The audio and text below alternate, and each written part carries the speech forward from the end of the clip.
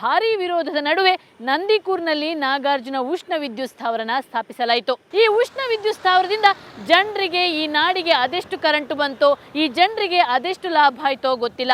ಆದರೆ ಈ ಉಷ್ಣ ಸ್ಥಾವರದ ವಿರುದ್ಧ ಜನರಿಗೆ ಮಾತ್ರ ಇನ್ನೂ ಕೂಡ ಕೋಪ ತಾಪ ಆರಿಲ್ಲ. ಅದ್ಯಾಕಷ್ಟೊಂದು ಕೋಪ?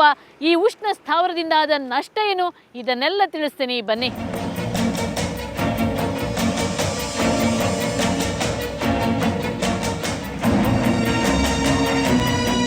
ಈ ರೀತಿ ಧಗಧಗಿಸೋ ಉಪ್ಪು ನೀರಿನ ಹವೆ ಹೊರ ಚೆಲ್ಲೋ ಈ ಉಷ್ಣ ವಿದ್ಯುತ್ ಸ್ಥಾವರ ಇರೋದು ಉಡುಪಿ ಜಿಲ್ಲೆಯ ನಂದಿಕೂರಿನಲ್ಲಿ.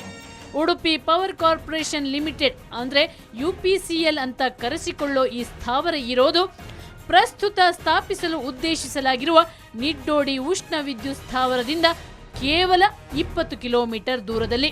ಜನರ ತೀವ್ರ ವಿರೋಧದ ನಡುವೆಯೂ 1200 ಮೆಗಾವ್ಯಾಟ್ ವಿದ್ಯುತ್ ಉತ್ಪಾದನಾ ಘಟಕವನ್ನು ಪ್ರಾರಂಭಿಸಲಾಯಿತು. ಆದರೆ ಅದರಿಂದ ಜನರಿಗೆ ಲಾಭಕ್ಕಿಂತ ನಷ್ಟವೇ ಆಗಿದ್ದು ಅಂತಾರೆ ಇವರು. ವಿದ್ಯುತ್ ಘಟಕಗಳನ್ನು ಪ್ರಪಂಚದಾದ್ಯಂತ ಸಮುದ್ರ ಪಕ್ಕದಲ್ಲೇ ಹಾಕಬೇಕು, ಅದು ಒಪ್ಪುವಂಥದ್ದು. ಆದರೆ adverse effect not more than 15% ಅಂತ ಭಾಳ ರೂಲ್ನಲ್ಲಿದೆ. ಅದು ಇಂಟರ್ನ್ಯಾಷನಲ್ ರೂಲ್. ಅದು ಇಂಟರ್ನ್ಯಾಷನಲ್ ರೂಲನ್ನೇ ಇವರು ವೈಲೇಟ್ ಮಾಡಿದ್ದಾರೆ. ಅಡ್ವರ್ಸ್ ಇಫೆಕ್ಟ್ ಇಲ್ಲಿ 700% ಆಗ್ತದೆ. ಸುಮಾರು 1000 ಎಕರೆ ಭೂಪ್ರದೇಶದಲ್ಲಿ ಸ್ಥಾಪಿಸಲಾಗಿರೋ UPCL ಪರಿಸರಕ್ಕೆ ಮಾರಕವಾಗಿದೆ ಅನ್ನೋದು ಪರಿಸರವಾದಿಗಳ ವಾದ. ಇದನ್ನು ನಿಲ್ಲಿಸಲಿಲ್ಲ ಅಂತ ಹೇಳಿದರೆ ನಮ್ಮ ಈ ಸುತ್ತುವಟ್ಟರದ ಎಲ್ಲ ಒಂದು 35-40 ಸಾವಿರ ಎಕರೆ ಪ್ರದೇಶ ಸರ್ವನಾಶ ಆಗಿದೆ. ಈಗಾಗಲೇ ಇಲ್ಲಿ ಯಾವುದಿಲ್ಲ. ಈಗ ನೀವು ಎಲ್ಲ ಗಿಡಗಳನ್ನು ನೋಡಿ, ಎಲ್ಲ ಸುಟ್ಟು ಹೋದಂಥ ದೃಶ್ಯಗಳು ನೋಡಿ. ಇಲ್ಲೇ ನೋಡಿ, ಅಂಥ ಮರಗಳು ಯಾವುದು ಸುಡುವುದಿಲ್ಲ. ಈ ಮಳೆಗಾಲದಲ್ಲಿ ಸುಟ್ಟು ಹೋದಂಥ ದೃಶ್ಯ ನೋಡಿ ಅಲ್ಲಿ. ಅಷ್ಟೇ ಅಲ್ಲ, ಇದರ ಸ್ಥಾಪನೆ ಬಳಿಕ ನಂದಿಕೂರು ಸುತ್ತಮುತ್ತಲ ಮಂದಿ ರೋಗಗ್ರಸ್ತರಾಗಿದ್ದಾರೆ. ತಲೆಕೂದಲು ಉದುರುತ್ತದೆ, ಒಂದನೇದಾಗಿ ಐಸೈಟ್ ಹೋಗುತ್ತೆ, ಕಫ ಜಾಸ್ತಿ ಆಗುತ್ತೆ, ಉಬ್ಬಸ ಟೈಪು, ಮತ್ತು ನಿಮ್ಮದು ಕಾಲಲ್ಲಿ ಅಲರ್ಜಿ ಸ್ಟಾರ್ಟ್ ಆಗುತ್ತೆ. ಯಾಕಂದರೆ ಇದರಲ್ಲಿ ನಿಮಗೆ ಚಿಮಣಿ ಇದೆ ಹತ್ರನೇ ನೋಡಿ. ಇದು 2 ಕೂಲಿಂಗ್ ಟವರ್ ಇದೆ. ಈ ಕೂಲಿಂಗ್ ಟವರ್ದು ವ್ಯಾಪರೇಟ್ ಆಗಿ ನೀರು ಮೇಲೆ ಹೋಗುತ್ತೆ, ಉಪ್ಪು ನೀರು, ಸಾಲ್ಟ್ ವಾಟರ್. ಅದು ಮೇಲ್ಗಡೆ ಅದು ಚಿಮಣಿಯಲ್ಲಿ ನಿಮಗೆ ಇಲ್ಲಿ ಹತ್ತಿರದಲ್ಲಿ ಕಾಣೋದಿಲ್ಲ. ಕರೆಕ್ಟು ಹೋಗಿ ನೀವು ದುರ್ಬಿನ್ ಇಟ್ಟು ನೋಡಿದರೆ ಅದರಲ್ಲಿ ಫ್ಲೈಯಿಂಗ್ ಆ್ಯಶ್ ಹೋಗ್ತಾ ಇರ್ತದೆ. ಅದು 2 ಒಟ್ಟಿಗೆ ಬಂದು ಬೀಳುತ್ತೆ. UPCLನಲ್ಲಿ ಭಾರೀ ಭ್ರಷ್ಟಾಚಾರ ನಡೆದಿದ್ದು ಇದರಲ್ಲಿ ರಾಜಕಾರಣಿಗಳ ನೇರ ಕೈವಾಡ ಇದೆ ಅನ್ನೋದು ಇವರ ನೇರ ಆರೋಪ.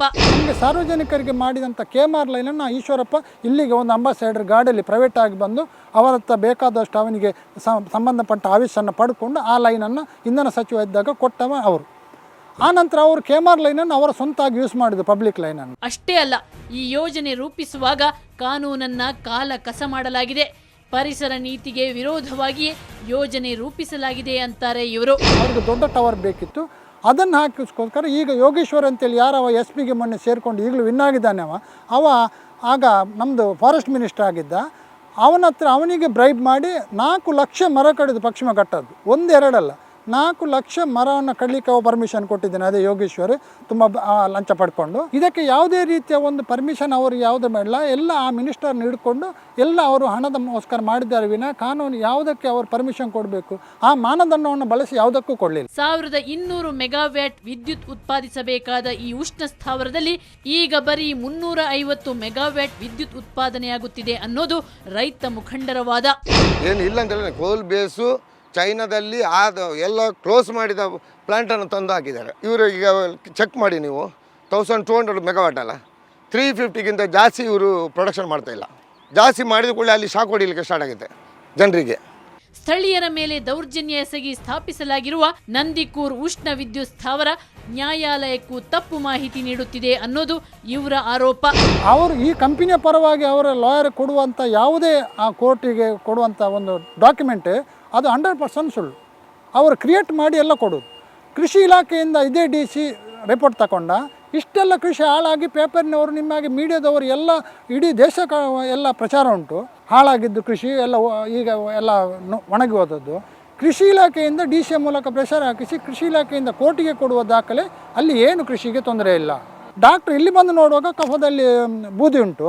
ಅವರ ಡಾಕ್ಟರ್ ರಿಪೋರ್ಟ್ ಹೋಗ್ತಾ ಉಂಟು, ಲೋಕಲ್ ಡಾಕ್ಟರ್, ಗೌರ್ಮೆಂಟ್ ಡಾಕ್ಟರ್, ಅಲ್ಲಿ ಏನು ಆ ಬಗ್ಗೆ ಏನು ತೊಂದರೆ ಇಲ್ಲ ಆರೋಗ್ಯಕ್ಕೆ ಅಂತೇಳಿ. ಇರೋ ಒಂದು ಉಷ್ಣ ವಿದ್ಯುತ್ ಸ್ಥಾವರವೇ ಸರಿಯಾಗಿ ಕಾರ್ಯನಿರ್ವಹಿಸುತ್ತಿಲ್ಲ. ರೈತರನ್ನು ಜೀವಂತ ಸಮಾಧಿ ಮಾಡಿರೋ ನಂದಿಕೂರಿಗಿಂತ 4 ಪಟ್ಟು ದೊಡ್ಡದಾಗಿರೋ ಯೋಜನೆ ನಿಡ್ಡೋಡಿಯಲ್ಲಿ ಬರುತ್ತಿದೆ.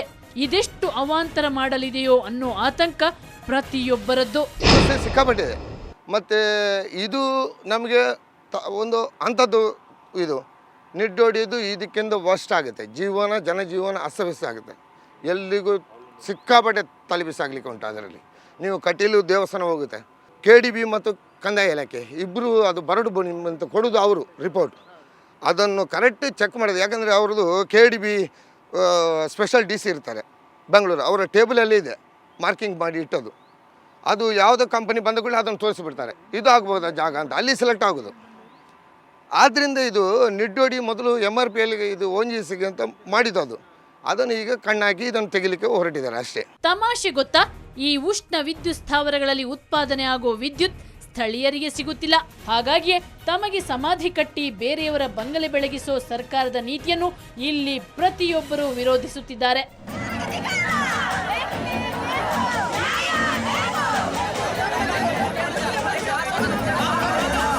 ನೋಡಿದ್ರಲ್ಲ ಸ್ನೇಹಿತರೆ, ಯಾವ ರೀತಿ ನಂದಿಕೂರ್ನ ನಾಗಾರ್ಜುನ ಉಷ್ಣ ವಿದ್ಯುತ್ ಸ್ಥಾವರ ಇಲ್ಲಿನ ಸಂಪದ್ಭರಿತವಾದ ನೆಲ, ಜಲ, ಗಾಳಿಯನ್ನ ವಿಷಮಯಗೊಳಿಸಿತು ಅಂತ, ಇಲ್ಲಿನ ಜನರ ಬದುಕನ್ನೇ ನಾಶ ಮಾಡಿತು ಅಂತ.